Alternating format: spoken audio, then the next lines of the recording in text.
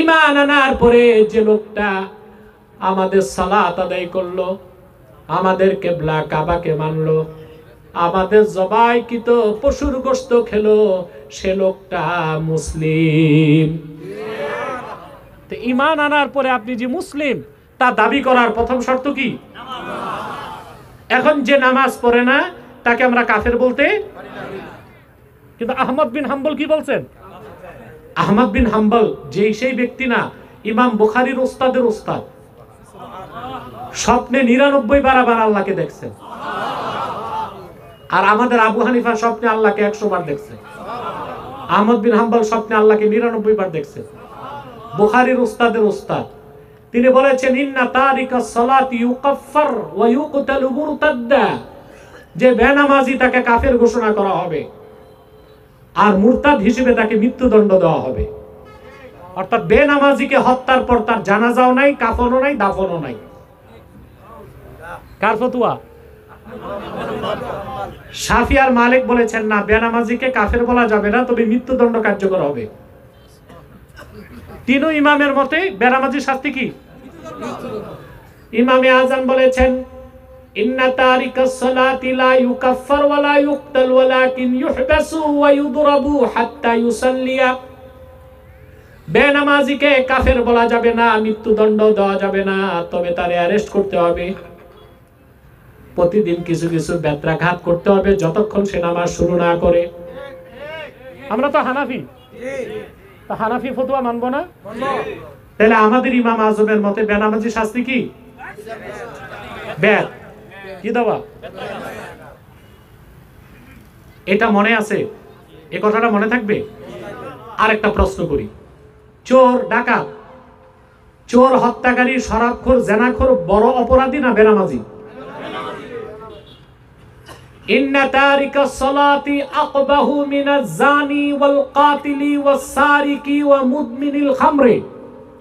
বেনামাজি, চোর, শরাবখোর, জেনাকার, হত্যাকারী চেয়ে বড় অপরাধী। এই দুইটা মাসালা মনে থাকবে? এবার আপনাদেরকে একটু বলতে আমার মন চায়, এত বড় অপরাধী বেনামাজিকেই তো আপনারা মসজিদ কমিটি, মাদ্রাসা কমিটিতে সভাপতি আর সেক্রেটারি বানান, আর পঞ্চায়েত কমিটির দায়িত্ব দেন এই বেনামাজি আর সুদখোরদের হাতে। ঠিকটা তো ঠিক মতো লজ্জায় কইলেন না। দেশে যদি 3.5 লাখ মসজিদ থাকে, তো 2 লক্ষ মসজিদের কমিটি দেখবেন কেউ নামাজ পড়ে না। দেখা যায় সভাপতি দিছে তারে, যে লোকটা ব্রাক ব্যাংকের অফিসার, এক ওয়াক্ত নামাজ পড়ে না। সেক্রেটারি দিছে সাবেক দারোগা, জুমার নামাজও আসে না। অথচ মসজিদ কমিটি, মাদ্রাসা কমিটির দায়িত্ব পাবে সেই যে ইমানদার, নামাজি, হালালখোর। পঞ্চায়েতে আপনারা কাকে দায়িত্ব দিচ্ছেন? বেনামাজিকে দিচ্ছেন। আজকে আপনারা কি চান বাংলাদেশ ঠিক হোক? সংস্কার তো ডক্টর ইউনূসের হাতে না, আপনাদের হাতে। ইউনূস তো আর কয়েক বছর পর ডেট ফেল হয়ে যাবে, বয়স 86, ঠিক কিনা? আপনারা যদি ওনাকে বেশি ত্যাক্ত করেন, তাকে আবার লাইফ সাপোর্টে দিতে হবে। সংস্কার তো আপনাদের হাতে ভাই, আপনাদের হাতে না? আমি বলি, আপনি কোনো না কোনো এক রাজনৈতিক দল করেন, আর প্রত্যেক রাজনৈতিক দলেই তো কিছু ভালো মানুষ আছে। আমি কোন একটি দলকে জিতাবো, কোন দলকে হারাবো, এই মানসিকতা আমার নাই। কিন্তু প্রত্যেক রাজনৈতিক দলে কিছু ভালো মানুষ আছে। কারণ আপনি তো যতই আপনাকে আমি বয়ান করে বুঝে, আপনি তো আপনার রাজনৈতিক দল ছেড়ে ভোট অন্যকে দিবেন না। অন্তত একটা নীতি আপনারা গ্রহণ করতে পারেন, আপনার রাজনৈতিক দলে যাকে ভোট দিবেন আগে দেখেন ওই লোকটার হৃদয় পবিত্র কিনা, অর্থাৎ ইমানদার কিনা। সে যদি কাফের মুশরিক হয় তাকে মাইনাস করুন, যে দেখেন সে ইমানদার, তারপর দেখেন সে নামাজ পড়ে কিনা। 3 নাম্বার দেখেন তার কামাইটা হালাল কিনা, ওই লোকটাকে আপনি ভোট দেন। প্রত্যেক রাজনৈতিক দলের মুসলমান যদি এই নীতিটা গ্রহণ করতে পারে, তাহলে বাংলাদেশ ইসলামিক সোসাইটি হয়ে যাবে। রাষ্ট্রবিজ্ঞানে বলা হয় society is great than state, সমাজ রাষ্ট্র থেকে বড়। আমরা যদি এই নীতি গ্রহণ করে একটা ইসলামী সমাজ উপহার দিতে পারি, আগামী প্রজন্ম বাংলাদেশকে ইসলামী রাষ্ট্র বানায় দিবে। পারবে না? তা আমরা নামাজ পড়বো, আর আগে বাড়াবো কাদেরকে? নামাজিদেরকে। কাদেরকে? 5 ওয়াক্ত নামাজ পড়বো। তা 3টা কাজ আল্লাহ বলেছেন। কয়টা? শিরক কুফর বাদ দিয়ে ইমানের নূর দিয়ে অন্তরকে পবিত্র করতে হবে। 2 নম্বর, সর্বাবস্থায় আল্লাহর স্মরণ ঠোঁটেও থাকবে, মনেও থাকবে। 3 নম্বর, 5 ওয়াক্ত নামাজ পড়বো ইনশাআল্লাহ। রাজি আছেন? প্রিয় ভাইরা, আপনাদের সমাজে এখন অনেক বড় একটা ব্যাধি হচ্ছে ড্রাগ অ্যাডিকশন। আপনাদের প্রিয় সন্তানগুলো নেশাগ্রস্ত হয়ে যাচ্ছে, ঠিক না? যেই পরিবারে একজন ড্রাগ অ্যাডিক্টেড আছে, ওই পরিবারে আর কোনোদিন সুখ। বাবার চোখে পানি ঝরে, মা রাতের বেলা আঁচলে তার চক্ষু মুছে। বিত্ত বৈভব সম্পদ সব আছে, সুখ শান্তি সব আছে, আগুন ধরায় দিছে নেশাখোর সন্তান। সন্তানকে যদি নেশা থেকে বাঁচাতে চান, ইসলামিক প্যারেন্টিং লাগবে। সেটা কিভাবে? আমি একটা হাদিস আপনাদেরকে শোনায় দিচ্ছি। আল্লাহর হাবিব ইরশাদ করেছেন, আদিবু আওলাদাকুম বিসালাসি খিসালিন হুব্বি নবিয়িকুম ওয়া আলি বাইতিহি ওয়া তিলাওয়াতিল কুরআন। সুবহানাল্লাহ। আল্লাহর হাবিব ইরশাদ করেছেন, আমার উম্মতেরা সন্তানদেরকে সর্বপ্রথম 3টা আদব শিখাও।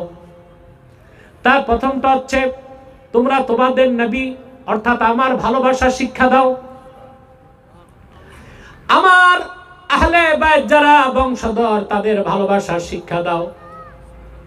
আর বালেগ হবার আগে কোরআন তেলাওয়াতের অভ্যাস করে দাও। এই 3টা কাজ যদি বালেগ হওয়ার আগে, ছেলে হোক মেয়ে হোক, আপনি এই 3টা অভ্যাস করাতে পারেন, আর 7 বছর বয়স থেকে ছেলে হোক মেয়ে হোক নামাজের অভ্যাস যদি করাতে পারেন, আল্লাহর পবিত্র সত্তার কসম, এই সন্তান আপনার নাফরমান কোনোদিন হবে না। নেশা তো বহু দূরের কথা। তাহলে আমরা ইসলামী জিন্দেগি মোতাবেক আমাদের জীবনটাকে পরিচালনা করব। পারবো তো ইনশাআল্লাহ? আল্লাহ আমাদেরকে কবুল করুক, মঞ্জুর করুক, বলুন আল্লাহুম্মা আমিন। আল্লাহ যেন আমাদের জীবনের সকল ক্ষেত্রে আমাদেরকে পূর্ণ সফলতা দান করেন, বলুন আল্লাহুম্মা আমিন। প্রিয় ভাইরা, বিদায় লগ্নে একটা কথা বলবো। যে কোনো সমাজে সামাজিক পরিবর্তন ও বিপ্লব আনার জন্য দ্বীনি শিক্ষার কোনো বিকল্প নাই। আপনাদের এই এলাকাটা খুব রিচ এরিয়া, চতুর্দিকে ফ্যাক্টরি আছে, আপনার সম্পদশালী, আপনার বিত্তবান। অভাব একটা, এখানে কোনো মাদ্রাসা নেই। আমি চাই আপনাদের এই এলাকায় গোদনাইল মিরপাড়া সমাজবাসীর উদ্যোগে একটা মাদ্রাসা প্রতিষ্ঠিত হোক। চান? যে আমাদের আনিস শিকদার সাহেব আছে, আমাদের সভাপতি আছে, আমাদের প্রধান অতিথি আছে, আপনারা যদি মিলে ঝুলে চেষ্টা করেন একটা মাদ্রাসা করতে পারবেন ইনশাআল্লাহ। এটা মাদ্রাসা করবেন, ওলামায়ে কেরাম দেখবে ইনশাআল্লাহ, আপনারা ব্যবস্থা করে দিবেন। পারবেন না ইনশাআল্লাহ? আল্লাহ কবুল করুক, মঞ্জুর করুক।